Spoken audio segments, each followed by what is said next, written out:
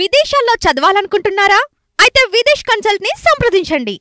నమస్తే, నేను విజయ్. సో మెగాస్టార్కి సంబంధించినటువంటి ఒక బిగ్గెస్ట్ అప్డేట్ గురించి చెప్పాలి. మెగా అభిమానులు కూడా ఇది ఒక హ్యాపీయెస్ట్ న్యూస్గా చెప్పాలి. సో ఇప్పటికే యూకేకి సంబంధించినటువంటి అధికార పార్టీకి సంబంధించిన పార్లమెంట్ సభ్యుడు మెగాస్టార్ గారిని యూకేకి ఆహ్వానించడం, అక్కడ లైఫ్ టైం అచీవ్మెంట్ అవార్డుని ఇవ్వడం, ఆయన ఘనంగా సత్కరించడం, ఇవన్నీ కూడా చూస్తే మెగా అభిమానులకు ఒక పంటలా చెప్పాలి. అయితే అక్కడ చిరంజీవి గారు నేరుగా లండన్లో దిగగానే అక్కడ ఒక ఫోటో చూడొచ్చు మీరు. ఆ ఫోటోలో ఫ్యాన్స్ని ఆయన ఏ విధంగా అభిమానిస్తున్నారు. ఈ ఏజ్లో కూడా మెగాస్టార్ గారి క్రేజ్ ఏమాత్రం కూడా తగ్గలేదు అనే దానికి ఇది ఒక నిదర్శనంగా చెప్పవచ్చు. ఎస్, దీని గురించి డిస్కస్ చేద్దాం. ఎంతమంది యువ హీరోలు ఉన్నా, ఎంతమంది హీరోలు వస్తున్నా, పాన్ ఇండియా స్టార్లు వస్తున్నా కూడా మెగాస్టార్ గారి చరిష్మా క్రేజ్ ఏమాత్రం తగ్గలేదు. ప్రపంచ దేశాల్లో కూడా ఆయనకున్నటువంటి అభిమానం ఏ పాటిదో ఒకసారి డిస్కస్ చేద్దాం. మనతో పాటున్నారు పొలిటికల్ అనలిస్ట్ చంద్ర శ్రీనివాస్ గారు. సార్ నమస్తే. నమస్కారం. సో మెగాస్టార్ చిరంజీవి గారు ఇటీవల కాలంలో చూస్తే ఆయన వరల్డ్ రికార్డ్ సాధించారు. సో నేరుగా రాష్ట్రపతి నుంచి కూడా అరుదైనటువంటి ఆయన పద్మ విభూషణ్ కూడా తీసుకోవడం జరిగింది. సో ఇప్పుడు వరుసగా ఇప్పుడు యూకే అంటే ఒకప్పుడు మనల్ని పరిపాలించి ఎంతో ఇబ్బంది పెట్టినటువంటి బ్రిటిషర్లు కూడా అక్కడున్నటువంటి అధికార పార్టీ నేరుగా ఆయన్ని స్వాగతించి సో అరుదుగా ఆయన్ని సత్కరించబోతున్నారు. అలా చూడాలి. అద్భుతం అండి. ఎందుకంటే మీరు అన్నట్టు ఒకప్పుడు మనల్ని మన భుజాల మీద ఎక్కి స్వారీ చేసి 200 సంవత్సరాలు మనం బానిసలాగా చూశారు బ్రిటిష్.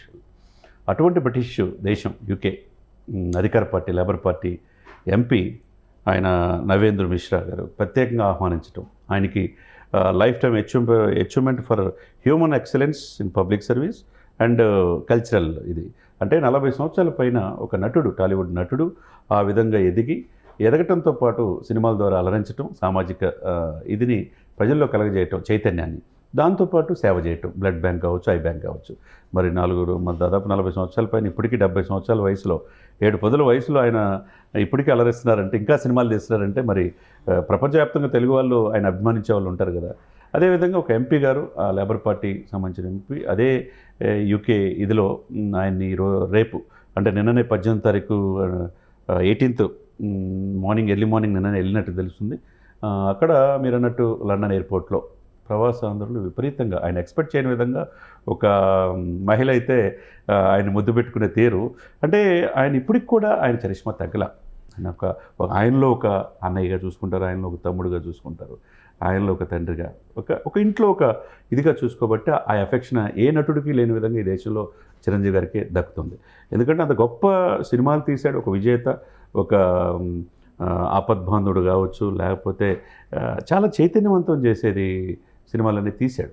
తీసిన తర్వాత తన తండ్రికి తగ్గట్టు ఆ కుటుంబంలో తన తమ్ముడు తర్వాత పవన్ కళ్యాణ్ గారు వచ్చాడు. ఆయన కూడా అగ్రనటుడిగా వచ్చి ఈరోజు రాజకీయాల్లో 100% స్ట్రైక్ రేట్ వెళ్తున్నాడు. ఇక వారసుడిగా రామ్ చరణ్ గ్లోబల్ స్టార్గా ఎదిగాడు. మనం అన్నీ చూస్తున్నాం. అంటే ఒక డిసిప్లిన్ ఆయన నేర్పాడు కాబట్టి ఈరోజు అనేక మందికి చిరంజీవి గారి స్ఫూర్తి ప్రదాతగా ఉన్నాడు. మన ఇక్కడి నుంచి వెళ్ళిన ప్రవాసాంధ్రులు అక్కడ యూకేలో లేబర్ పార్టీలో ఉండి అక్కడ ఎంపీలు అయ్యి వాళ్ళు ఈరోజు చిరంజీవి గారు గుర్తించి రేపు సాయంత్రం దాంట్లో సత్కరించడం అంటే మామూలు విషయం కాదు కదా. ఒక తెలుగు వాళ్ళకి జరిగిన గౌరవంగా మనం అందరూ సంతోషించాల్సిన పరిణామం. అంటే సినీ రంగంలో ఆయన అనేక సంవత్సరాలు సేవలు అందించారు. ఇప్పటి వరకు కూడా సినీ ఇండస్ట్రీలో తెలుగు ఇండస్ట్రీకి సంబంధించి ఒక పెద్ద దిగ్గా ఉన్నారు, పెద్దన్నగా ఉన్నారు. ఇప్పుడు ఈ సేవలతో పాటు ఆయన రాజకీయాల్లో కూడా ఆయన కీలకంగా గతంలో వ్యవహరించారు, కేంద్ర మంత్రిగా కూడా వ్యవహరించారు. ఆ తర్వాత ముఖ్యంగా మీరన్నట్టుగా ప్రజాసేవలో రక్తదానం విషయం కావచ్చు, నేత్రదానం విషయంలో చాలా కీలకంగా వ్యవహరించారు. ఇవన్నీ కూడా చూస్తే ఆయనకు ఒక అరుదైనటువంటి గుర్తింపుగా భావించవచ్చు. ఒక తప్పకుండా అండి. ఫస్ట్ మన సినిమా చలనచిత్ర చరిత్రలో ఫస్ట్ ఎస్వి రంగారావు గారు ఉంటే అద్భుతమైన నటుడు ఆయన. మన మధ్య లేకపోయినా first international award, French award వచ్చింది. ఆ రోజుల్లోనే ఇండియా టుడేలో ఆయన గురించి గొప్పగా రాశాడు. ఆ తర్వాత ఎన్టీ రామారావు గారు కావచ్చు, అనేక మంది తెలుగు చలనచిత్ర ద్వారా ప్రజలను అలరించారు. ఆ తర్వాత ఇప్పటికి కూడా ఎవరి గ్రీన్గా మకుటంలేని మహారాజుగా విరాజిల్లుతుంది ఎవరంటే చిరంజీవి గారు కనపడుతుంది. ఇప్పుడు బ్రిటిష్ వాళ్ళే life time achievement for excellence in public service and cultural అంటే ఈ అన్నింటిలో కూడా చిరంజీవి గారికి ఎదురు లేదన్నట్టుగా ఎంతోమందికి సమాజానికి చేస్తున్నాడనే విధంగా లేబర్ పార్టీ వాళ్ళు ఈరోజు ఆయన్ని పిలిచి గౌరవించడం, ఒక తెలుగు వాళ్ళకి అనేక మంది హీరోలు వస్తుంటారు, పోతుంటారు, కానీ పాతుకుపోయి అంటే సమాజాన్ని ప్రేరేపించి కరోనా టైంలో ఎంత సేవ చేసినా, లేకపోతే నేటి హీరోలకి మార్గదర్శిగా నిలిచినా, ఎక్కడ కూడా కష్టాలే పడ్డాడు. కష్టాల నుంచి ఈ రోజున అగ్రగామిగా కొనసాగుతున్నాడు. అనేక మంది హీరోలకు మార్గదర్శిగా ఉన్నాడు. ఇప్పుడు బాలీవుడ్ కూడా అమితాబ్ బచ్చన్ బిగ్గర్ దాన్ బచ్చన్ అని చెప్పి ఆ రోజు టైమ్స్ ఆఫ్ ఇండియాలో వేశారు.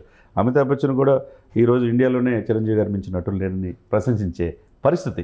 అటువంటి ఆయన చూడని అవార్డు లేదు, రివార్డు లేదు. మొన్న ఈ మధ్య ఆయన డ్యాన్స్లో ఉన్న అనేక రకమైన స్టెప్పులకి గిన్నిస్ బుక్ రికార్డు కూడా వచ్చింది.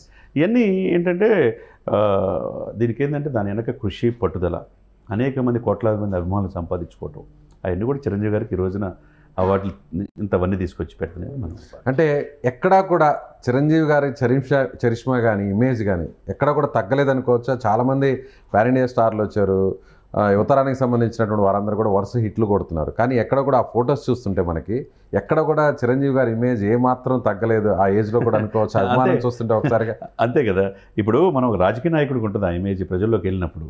సినిమా రంగంలో ఏంటంటే కొంత ఏజ్ దాటిన తర్వాత క్రమేపీ తగ్గుతూ ఉంటుంది. ఈయన ఏజ్ పెరిగే కొంది విపరీతమైన ఫాలోయింగ్ పెరుగుతుంది. ఎందుకంటే ఆయన చూసి స్ఫూర్తి పొందిన వాళ్ళు.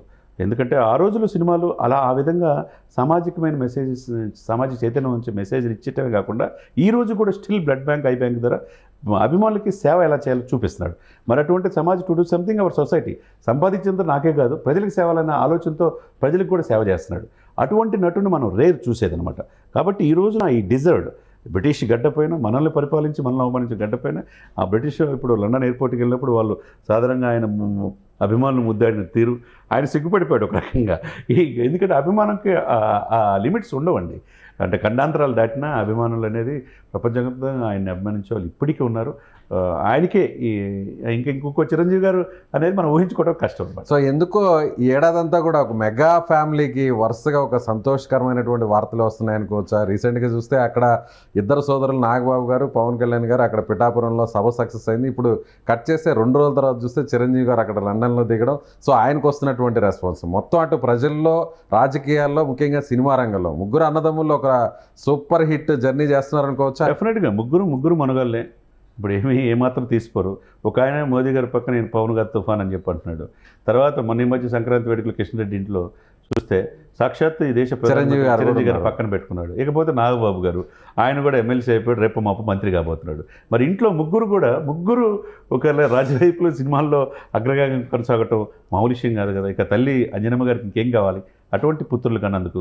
ఇవన్నీ కూడా మెగా ఎంట అవార్డులు పంట అన్నట్టు, ఒకవైపు అవార్డులు, ఒకవైపు రాజకీయం, అటు సినిమాలో ఇటు రాజకీయాల్లో 2 రంగాల్లో రాణిస్తున్న ఇది మనం కుటుంబంగా చెప్పవచ్చు. So thank you sir. So ఇది పొలిటికల్ అనలిస్ట్ చందు శ్రీనివాస్ గారు చెప్తున్నట్టుగా మెగా ఇంట సంతోషమైనటువంటి వార్తలే వస్తున్నాయి. ఇటీవల కాలంలో చూస్తే అటు సినిమా రంగంలో చిరంజీవి గారు, అదేవిధంగా రాజకీయాల్లో ముఖ్యంగా పవన్ కళ్యాణ్ గారు, ఆ తర్వాత ఆయన సోదరుడు నాగబాబు గారు. సో వరుసగా వీరి జర్నీ అయితే మాత్రం చాలా సూపర్ హిట్ జర్నీ జరుగుతుంది. ముఖ్యంగా మెగాస్టార్ చిరంజీవి గారి చరిష్మా ఏమాత్రం తగ్గలేదు. ముఖ్యంగా ఆయన సినిమా రంగంలో అందించినటువంటి విశిష్ట సేవలు, అలాగే సమాజ సేవలో కూడా కీలక పాత్ర పోషించినందుకు ఇవాళ యూకేలో ఉన్నటువంటి అధికార పార్టీకి సంబంధించినటువంటి పార్లమెంట్ సభ్యుడు so life time achievement award ఇవ్వడం అనేది తెలుగువారుగా మనం అందరం కూడా గర్వించాల్సినటువంటి విషయం అని ఆయన చెప్తున్నారు. మీరేమనుకుంటున్నారు? ఖచ్చితంగా కామెంట్ చేయండి. Thank you so much. Suman టీవీలో మీ పర్సనల్ అండ్ బిజినెస్ ప్రమోషన్స్ కోసం కింది నెంబర్కి కాంటాక్ట్ చేయండి.